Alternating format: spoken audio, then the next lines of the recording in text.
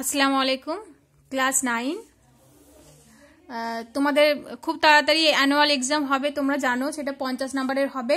আর এই এক্সামে তোমাদের 1 মার্কস, 2 মার্কস, 3 মার্কস অ্যান্ড 5 মার্কসের কোশ্চেন হবে। তো তোমরা যে চ্যাপ্টারগুলো আমি দিয়েছি, অনেকগুলো বাদ দিয়ে দিয়েছি, যে চ্যাপ্টারগুলো আমি দিয়েছি এবং সেই চ্যাপ্টার থেকে যে কোশ্চেনগুলো আমি দিয়েছি 2 মার্কস, 3 মার্কস, 5 মার্কস সবই আমি দিয়ে দিয়েছি। তো সেগুলো তোমরা খুব ভালো করে পড়ো। আর আমি যে চ্যাপ্টারগুলো তোমাদের ধরো অ্যানুয়াল এক্সামে যে চ্যাপ্টারগুলো দেওয়া আছে তার মধ্যে একটা আছে পৃথিবীর গতি মনে হয় রয়েছে, আর একটা পশ্চিমবঙ্গ রয়েছে, যেগুলো আমি করাচ্ছি। তাদের মধ্যে প্রথম যে চ্যাপ্টারটা সেটা তোমাদের রিভিশন হয়ে গেছে। পশ্চিমবঙ্গ চ্যাপ্টারটাও একবার রিভিশন হয়েছে, আর একবার তোমাদের রিভিশন করানো দরকার, কারণ পশ্চিমবঙ্গ চ্যাপ্টারটা খুবই ইম্পর্টেন্ট তোমাদের জন্য। আর পুরোটাই তোমাদেরকে ভালো করে পড়তে হবে, খুব বড় একটা চ্যাপ্টার। তো সেই জন্যই দেখো আমি তোমাদেরকে পুরোটা খুঁটিয়ে আর বলছি না, কারণ এর আগে পশ্চিমবঙ্গটা তোমাদের অনেকবারই হয়েছে, খুঁটিয়ে হয়ে গেছে, রিভিশনও হয়েছে। তো আজকে আমি একটু হালকা করে বলে দিচ্ছি, কারণ এই পশ্চিমবঙ্গ চ্যাপ্টারটা বিশাল বড় একটা চ্যাপ্টার, আর দুটো ক্লাস আমার আর কোনো ক্লাস নেই। তো দুটো ক্লাসের মধ্যে শেষ করতে হবে। তো সেই জন্য যেগুলো ইম্পর্টেন্ট আর সেগুলো একটু ভালো করে আমি বলে দিচ্ছি। আর তোমরা একটু টেক্সট বইটা দেখে আমি যেগুলো পড়তে বলবো সেগুলো ভালো করে পড়ো, আর যে কোশ্চেন আনসারগুলো দিয়েছি আমি সেগুলো ভালো করে পড়ো। অনুশীলনী যে কোশ্চেনগুলো সেগুলো তোমরা করবে। আর 2 মার্কস, 3 মার্কস, 5 মার্কসও দিয়ে দিয়েছি, আজমিরা ম্যামও দিয়েছেন। তো সেই জন্য পশ্চিমবঙ্গটা দেখো আমি প্রথম থেকে শুরু করব, যদিও আমি তোমাদের অর্থনৈতিক পার্টটা পড়িয়েছিলাম, কিন্তু রিভিশন ক্লাসে মানে রিভিশন যখন হচ্ছে আমি প্রথম থেকেই পশ্চিমবঙ্গটা শুরু করব। তো চলো শুরু করি পশ্চিমবঙ্গ নিয়ে। পশ্চিমবঙ্গ সম্পর্কে তোমরা অনেকেই অনেক কিছু জানো, কারণ আমরা পশ্চিমবঙ্গ রাজ্যে বসবাস করি, তাই তো। পশ্চিমবঙ্গের রাজধানী হচ্ছে কলকাতা। আর এই ক্ষেত্রমানের বিচারে পশ্চিমবঙ্গ হচ্ছে ভারতের চতুর্দশ বৃহত্তম রাজ্য। চতুর্দশ বৃহত্তম রাজ্য। আর 1947 সালের 15ই আগস্ট এই রাজ্যটির জন্ম হয়েছে। তো কিভাবে এই রাজ্যটির জন্ম হলো সেটা একটু আমি বলি তোমাদেরকে। দেখো, 19বিংশ শতকের প্রথম ভাগে বাংলা বলতে তখন বোঝাতো অঙ্গ, বঙ্গ, কলিঙ্গ, এই রাজ্যগুলোকে বোঝাতো। অর্থাৎ অঙ্গ, বঙ্গ, কলিঙ্গ হচ্ছে বর্তমানে বাংলাদেশ, পশ্চিমবঙ্গ, অসম, বিহার, উড়িষ্যা, এগুলোকেই বোঝাতো। 1974 খ্রিস্টাব্দে অসম এবং 1911 সালে বিহার ও উড়িষ্যা বাংলা থেকে আলাদা হয়ে যায়। এখন ওগুলো আলাদা একটা রাজ্য, তাই তো। অসম, বিহার, উড়িষ্যা এগুলো আলাদা আলাদা রাজ্য, তো এগুলো আলাদা হয়ে যায়। তারপরে 1947 খ্রিস্টাব্দের 15ই আগস্ট বাংলার পশ্চিমাংশ নিয়ে পশ্চিমবঙ্গ গঠিত হয়। মানে অবিভক্ত বাংলার পশ্চিমাংশ নিয়ে পশ্চিমবঙ্গ গঠিত হয়। আগে তো বাংলাদেশ আর পশ্চিমবঙ্গ একই ছিল। তো 1947 সালে 15ই আগস্ট পশ্চিমবঙ্গ গঠিত হয়, মানে বাংলার পশ্চিমাংশটা নিয়ে। তারপর 1950 খ্রিস্টাব্দে যে কোচবিহার জেলা, কোচবিহার, এবং 1954 খ্রিস্টাব্দে চন্দননগর পশ্চিমবঙ্গের সঙ্গে যুক্ত হয়। তারপর 1956 খ্রিস্টাব্দে দেখো ভাষাভিত্তিক রাজ্য গঠনের সময় পশ্চিমবঙ্গের সঙ্গে যুক্ত হয় বিহারের মানভূম জেলার পুরুলিয়া মহকুমাটি। তারপর পূর্ণিয়া জেলার কিষানগঞ্জ মহকুমাও পশ্চিমবঙ্গের সঙ্গে যুক্ত হয়। তো এইভাবে আস্তে আস্তে এই পশ্চিমবঙ্গ রাজ্যটি একটা অঙ্গরাজ্য হিসেবে গড়ে উঠেছে। তো তাহলে আমরা বলতে পারি যে 1947 সালের 15ই আগস্ট পশ্চিমবঙ্গ রাজ্যটির জন্ম হয়। আর বিখ্যাত ইংরেজ আইনজীবী র্যাডক্লিফ তিনি এই পশ্চিমবঙ্গের সীমানা নির্ধারণ করেন এবং পশ্চিমবঙ্গ রাজ্যটির সৃষ্টি হয়েছিল তারপরে। তো এবার দেখো পশ্চিমবঙ্গের ভৌগোলিক অবস্থানটা একটু আমরা জেনে নিই। এর অক্ষাংশগত বিস্তার দেখো, পশ্চিমবঙ্গ দক্ষিণে 21 ডিগ্রি 30 মিনিট উত্তর অক্ষাংশ থেকে উত্তরে 27 ডিগ্রি 14 মিনিট উত্তর অক্ষাংশ পর্যন্ত বিস্তৃত। আর দ্রাঘিমাগত বিস্তার বলতে এই রাজ্যটি পশ্চিমে 86 ডিগ্রি 30 মিনিট পূর্ব দ্রাঘিমা থেকে পূর্ব দিকে 89 ডিগ্রি 53 মিনিট পূর্ব দ্রাঘিমা পর্যন্ত বিস্তৃত। আর অঙ্গরাজ্যগুলোর মধ্যে এই কিছুক্ষণ আগে আমি বললাম 14তম স্থান অধিকার করে পশ্চিমবঙ্গ রাজ্যটি। এই রাজ্যের মানে পশ্চিমবঙ্গ রাজ্যের উত্তরে আছে প্রতিবেশীদের সিকিম, তারপর ভুটান রাষ্ট্র রয়েছে, দক্ষিণে আছে বঙ্গোপসাগর, আর পূর্ব দিকে রয়েছে প্রতিবেশী রাষ্ট্র বাংলাদেশ এবং মেঘালয় ও অসম রাজ্য, প্রতিবেশী রাজ্য মেঘালয় ও অসম রয়েছে, এবং পশ্চিম দিকে রয়েছে প্রতিবেশী রাষ্ট্র নেপাল এবং প্রতিবেশী রাজ্য বিহার ও উড়িষ্যা। মানে পশ্চিমবঙ্গের চারিদিকে প্রতিবেশী দেশ এবং প্রতিবেশী রাজ্য যেগুলো রয়েছে সেগুলো নিয়ে আমি বিস্তারিতভাবে একটু পরে আলোচনা করব। তার আগে আমরা পশ্চিমবঙ্গের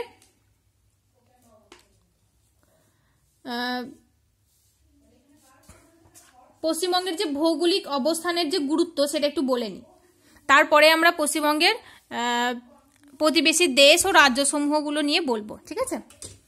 তো দেখো, ভৌগোলিক অবস্থানগত কারণে ভারতের পূর্বভাগে পশ্চিমবঙ্গ রয়েছে, আর পূর্বভাগে পশ্চিমবঙ্গের উপর দিয়েই উত্তর পূর্ব ভারতের সঙ্গে যাবতীয় যোগাযোগ ও পরিবহন ব্যবস্থা বৃদ্ধি পেয়েছে।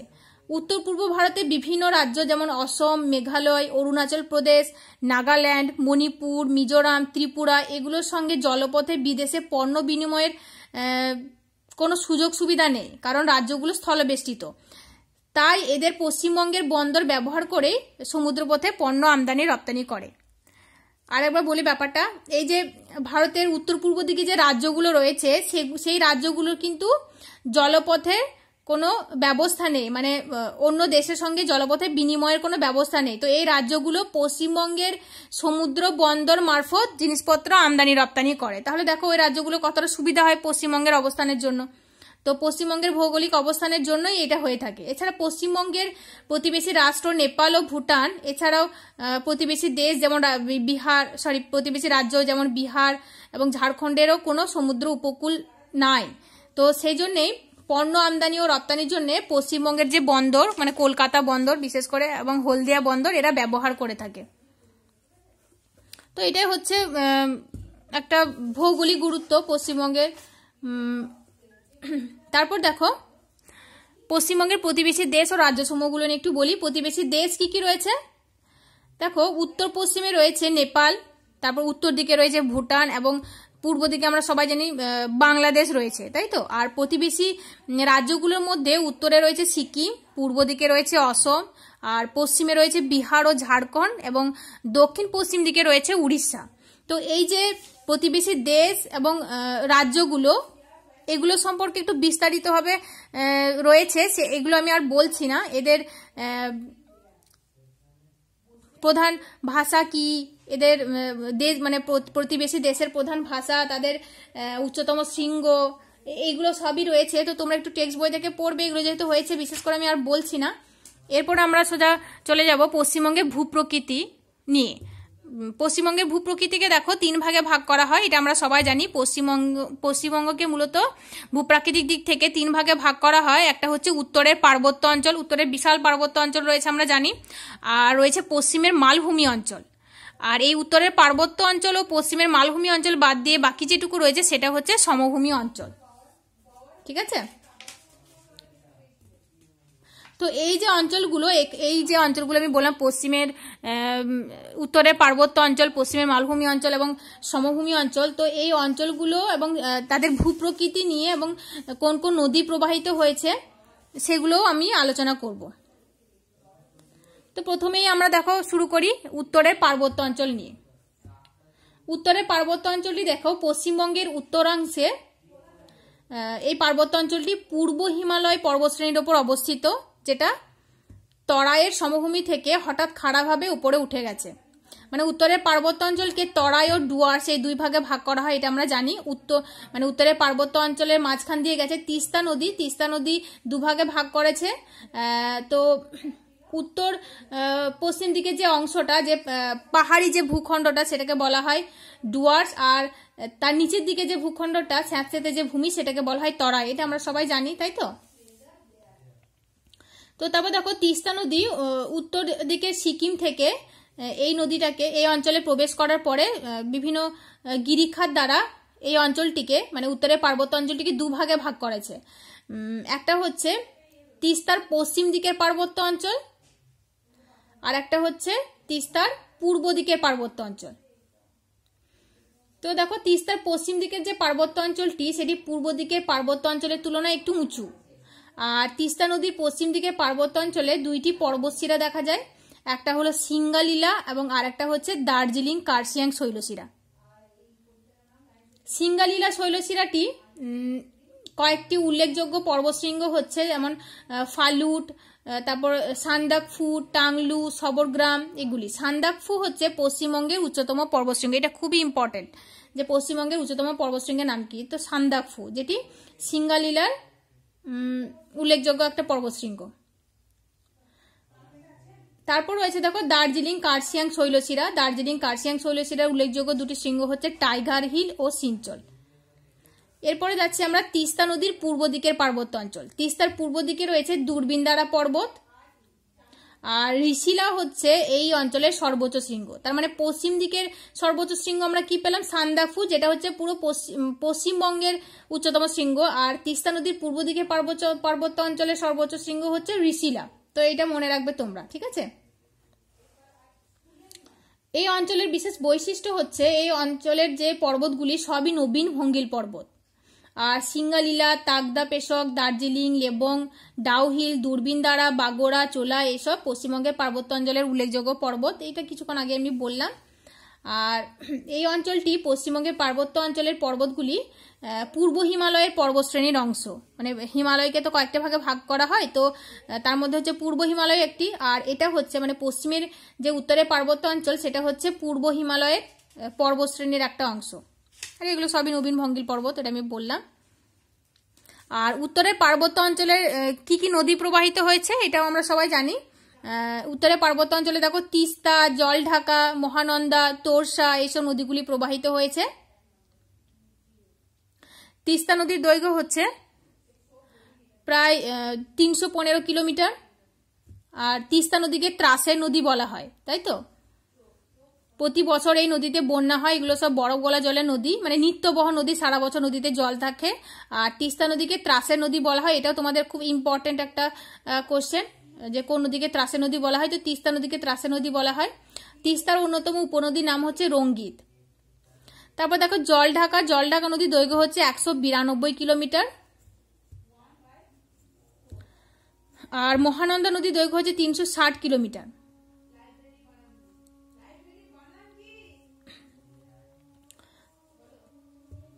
তারপর দেখো মেচি, বালাসন, রত্না, কঙ্কাই এগুলো হচ্ছে মহানন্দা নদীর উপনদী। তারপরে আসছে দেখো তোরসা নদীটি। তোরসা নদীটি মোট দৈর্ঘ্য 358 কিলোমিটার, যার মধ্যে 154 কিলোমিটার পশ্চিমবঙ্গে প্রবাহিত হয়েছে। আর এই তোরসা নদীটি তিব্বতের চুম্বি উপত্যকা থেকে মাচু নামে উৎপন্ন হয়ে তিব্বত, ভুটান এবং পশ্চিমবঙ্গের মধ্য দিয়ে প্রবাহিত হয়েছে এবং বেঁকে বাংলাদেশের যমুনা নদীতে পতিত হয়েছে। হলং ও কালজানি হচ্ছে এই তোরসা নদীর দুটো উপনদী। আর এই সব নদীগুলি হচ্ছে বরফ গলা জলে পুষ্ট, বরফ গলা জল এবং বৃষ্টি জলের পুষ্ট, আর এগুলো চিরপ্রবাহী মানে নিত্যবহ নদী এগুলো। আর এই সব নদীগুলি হচ্ছে বন্যা প্রবণ, ঠিক আছে। তো এই হলো উত্তরের পার্বত্য অঞ্চল। এরপর আসবো আমরা পশ্চিমের মালভূমি অঞ্চল। পশ্চিমের মালভূমি অঞ্চলটি পুরুলিয়া জেলার সম্পূর্ণ অংশ, বীরভূম জেলার দক্ষিণ পশ্চিমের সামান্য কিছু অংশ এবং বর্ধমান, বাঁকুড়া ও পশ্চিম মেদিনীপুর জেলার পশ্চিম ভাগ নিয়ে গঠিত। এবং এই অঞ্চলের ভূমিটা হচ্ছে তরঙ্গায়িত, এটি উচ্চভূমি এবং এর উচ্চতা 300 মিটারের থেকে কিছু বেশি।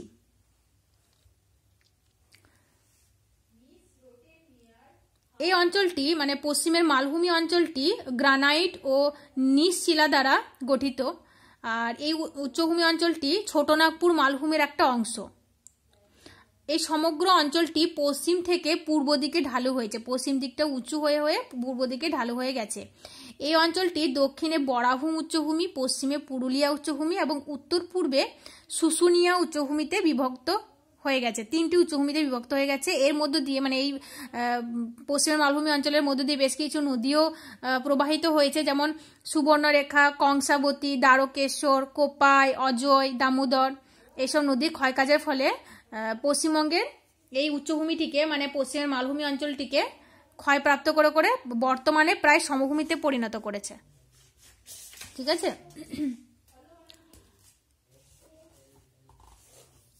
তো এই অঞ্চলের মধ্যে দিয়ে বেশ কিছু মানে এই অঞ্চলে বেশ কিছু পাহাড়ও রয়েছে, আমরা সবাই জানি। যেমন পুরুলিয়া জেলার অযোধ্যা পাহাড় রয়েছে, অযোধ্যা, বাঘমুন্ডি, পাঞ্চেত, বাঁকুড়ার বিহারীনাথ ও শুশুনিয়া পাহাড় রয়েছে, বীরভূমে মামা ভাগ্নে পাহাড় রয়েছে।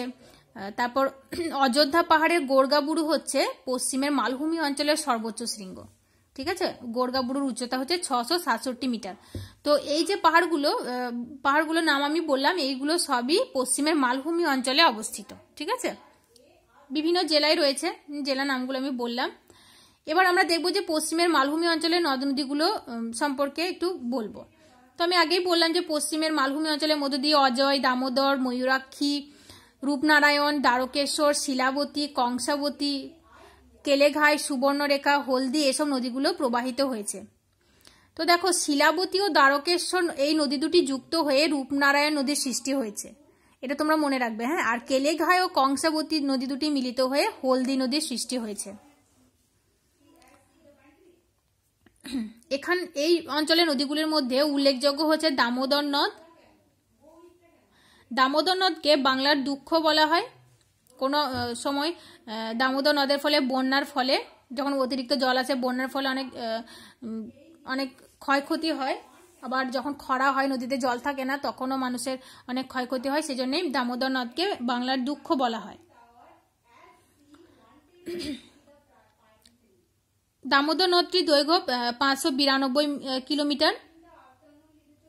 এই দামোদর নদটি ছোটনাগপুর মালভূমির খারাপাত পাহাড় থেকে উৎপন্ন হওয়ার পর পশ্চিমবঙ্গের বাঁকুড়া, বর্ধমান ও হুগলি জেলার মধ্য দিয়ে প্রবাহিত হয়েছে। তারপর উলুবেড়িয়ার কাছে ভাগীরথী হুগলি নদীতে পতিত হয়েছে। তারপর দেখো অজয় নদ। অজয় নদটি দক্ষিণ পশ্চিমাংশের যে পাহাড়ি অঞ্চল, সেই পাহাড়ি অঞ্চল থেকে উৎপন্ন হয়েছে। তারপর বিহার, ঝাড়খণ্ড এবং পশ্চিমবঙ্গের বর্ধমান ও বীরভূম জেলার উপর দিয়ে প্রবাহিত হয়ে ভাগীরথী হুগলি নদীতে পড়েছে।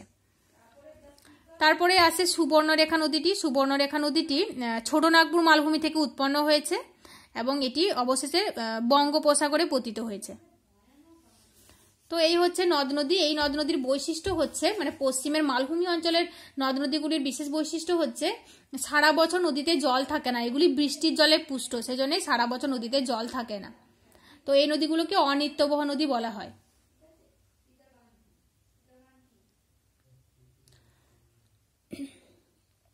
আর এই নদীগুলি খুবই খরস্রোতা এবং এই নদীগুলিতে জলবিদ্যুৎ উৎপাদন হয়।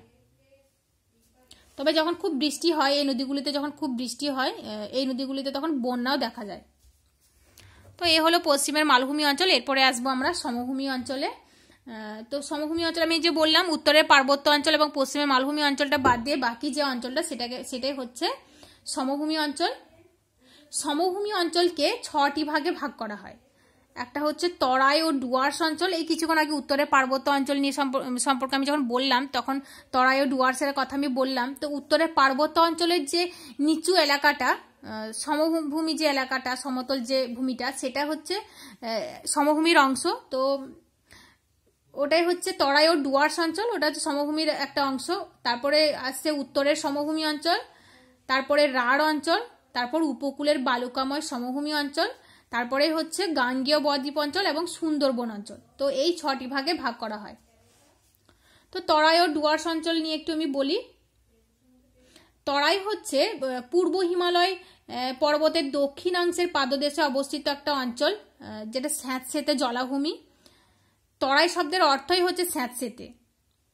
তরাই অঞ্চলে বেশ বৃষ্টিপাত হয় ভালোই, আর গাছও রয়েছে এই অঞ্চলে। তো এই অঞ্চলে নিচেটা খুব স্যাঁতসেঁতে থাকে, সূর্যের আলোটা সেরকম প্রবেশ করতে পারে না উদ্ভিদের জন্য। তো সেই জন্য এই অঞ্চলটা বেশ স্যাঁতসেঁতে। এই অঞ্চলটা হচ্ছে উত্তর থেকে দক্ষিণ দিকে ঢালু। আর এই অঞ্চলে উচ্চভূমি ও ছোটখাটো পাহাড়ও দেখা যায়।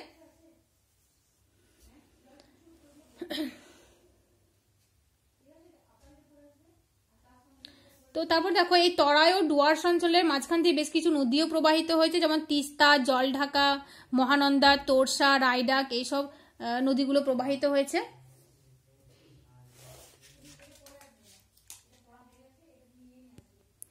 এবার ডুয়ার্স সম্পর্কে বলবো। ডুয়ার্স হচ্ছে তিস্তা নদীর যে পূর্ব অংশ, তিস্তা নদীর পূর্ব অংশটাকে ডুয়ার্স বলা হয়। ডুয়ার্স কথার অর্থ হচ্ছে দুয়ার বা দরজা, যেটার মধ্য দিয়ে ভুটানে যাওয়ার প্রবেশ পথ রয়েছে। ঠিক আছে, তো এটাই হলো তরাই ও ডুয়ার্স অঞ্চল। এরপরে আসছে আমরা উত্তরের সমভূমি অঞ্চল। উত্তরের সমভূমি অঞ্চলটা দেখো, তরাই ও গঙ্গার যে মধ্যবর্তী স্থান, সেই স্থানে অবস্থিত মালদা, উত্তর দিনাজপুর, দক্ষিণ দিনাজপুর এবং কোচবিহার, এই 4টি জেলার যে উত্তরের সমভূমি অঞ্চল, সেটাই হচ্ছে উত্তরের সমভূমি অঞ্চল। মানে মালদা, উত্তর দিনাজপুর, দক্ষিণ দিনাজপুর এবং কোচবিহার জেলার যে অংশটা, সেটাই হচ্ছে উত্তরের সমভূমি অঞ্চল। মূলত তিস্তা, তোরসা, মহানন্দা এই নদীর পলি জমে জমে এই উত্তরের সমভূমি অঞ্চলটা গড়ে উঠেছে।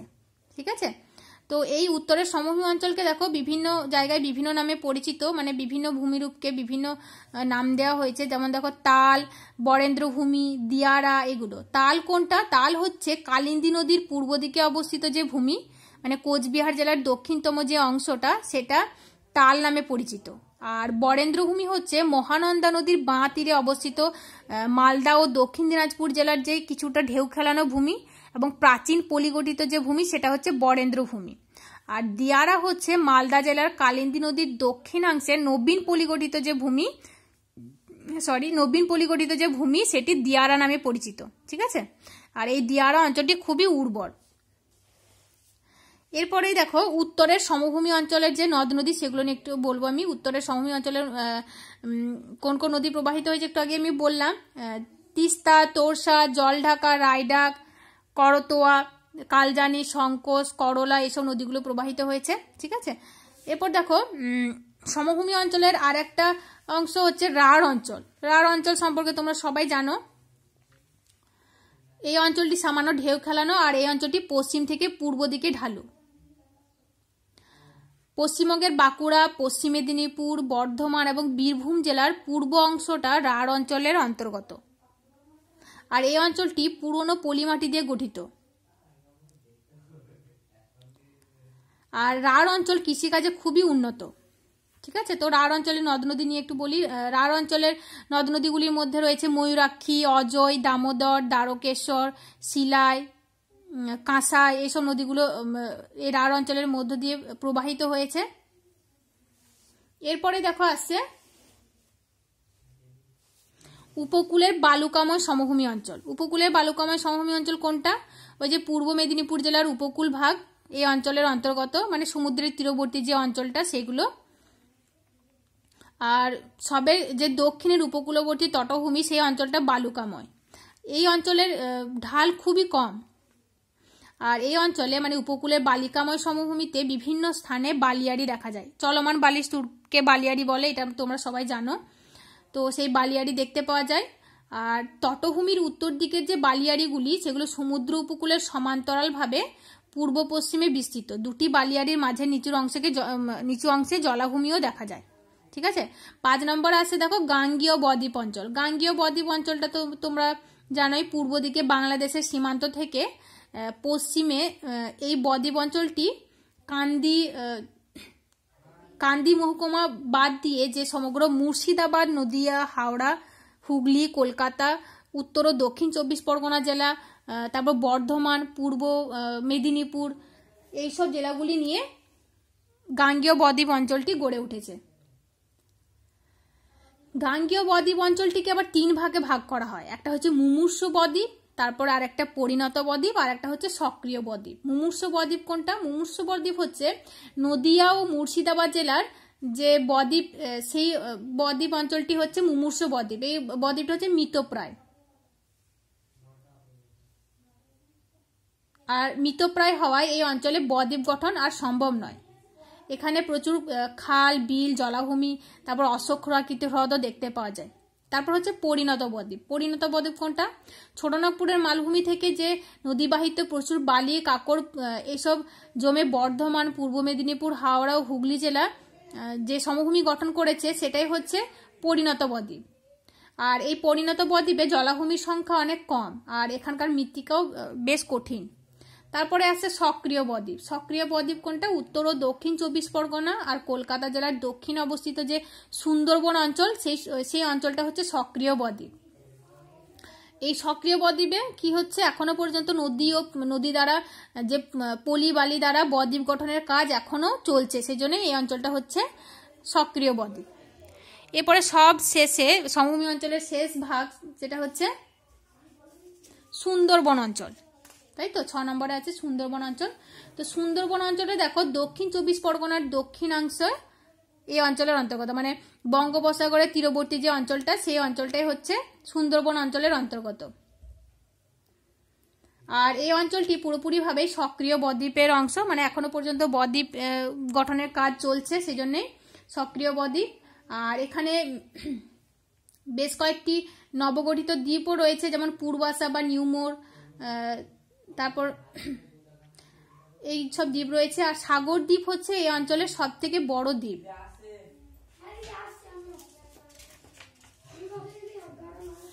তো দেখো সুন্দরবন অঞ্চলের যে জমি, সেই জমিকে আবার দুভাগে ভাগ করা হয়, একটা হচ্ছে বাদা আর একটা হচ্ছে আবাদ। বাদা কোনটি? বাদা হচ্ছে যেখানে চাষবাস করা হয় না, কর্দমাক্ত নিচু জলাভূমি যেখানে চাষবাস করা হয় না সেটাকে বলা হয় বাদা। আর আবাদ হচ্ছে যেখানে বর্তমানে চাষবাস করা হচ্ছে যে দ্বীপগুলিতে, সেটা হচ্ছে আবাদ। যেমন ক্যানিং, কাকদ্বীপ, সাগর, হাসনাবাদ, এইসব দ্বীপগুলিতে চাষবাস করা হচ্ছে, তো এটা হচ্ছে আবাদ। এরপর আমরা জানবো সুন্দরবন অঞ্চলের মধ্যে দিয়ে কোন কোন নদী প্রবাহিত হয়েছে। তো দেখো সুন্দরবন অঞ্চলের মধ্য দিয়ে গোসাবা, মাতলা, বিদ্যাধরী, পিয়ালি, কালিন্দী, ঠাকুরানী, রায়মঙ্গল এইসব নদীগুলি প্রবাহিত হয়েছে। আর এই নদীগুলির বিশেষ বৈশিষ্ট্য হচ্ছে এই নদীগুলি জোয়ারের জলে পুষ্ট, যেহেতু বঙ্গোপসাগরের কাছেই এই নদী, মানে এই অঞ্চলটি, সেজন্য জোয়ারের জলে পুষ্ট। আর এই সব নদীগুলো নিত্যবহ নদী। আর নদীগুলি জল লবণাক্ত, যেহেতু জোয়ারের জল প্রবেশ করে সেই জন্য নদীগুলির জল লবণাক্ত। আর এই নদীগুলির দৈর্ঘ্য ছোট এবং মোহনাটা হচ্ছে খুব প্রশস্ত। আর এই নদীগুলির আর একটা বিশেষ বৈশিষ্ট্য হচ্ছে খাঁড়ি দিয়ে নদীগুলি পরস্পরের সঙ্গে জালের মতো যুক্ত। আর বেশিরভাগ নদীতেই জোয়ার ভাটা হয়ে থাকে। ঠিক আছে, তো পশ্চিমবঙ্গের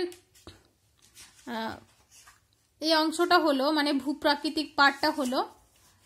তো নেক্সট ক্লাসে আমরা ইনশাল্লাহ জলবায়ু, মৃত্তিকা, স্বাভাবিক উদ্ভিদ এই সবগুলো আলোচনা করব।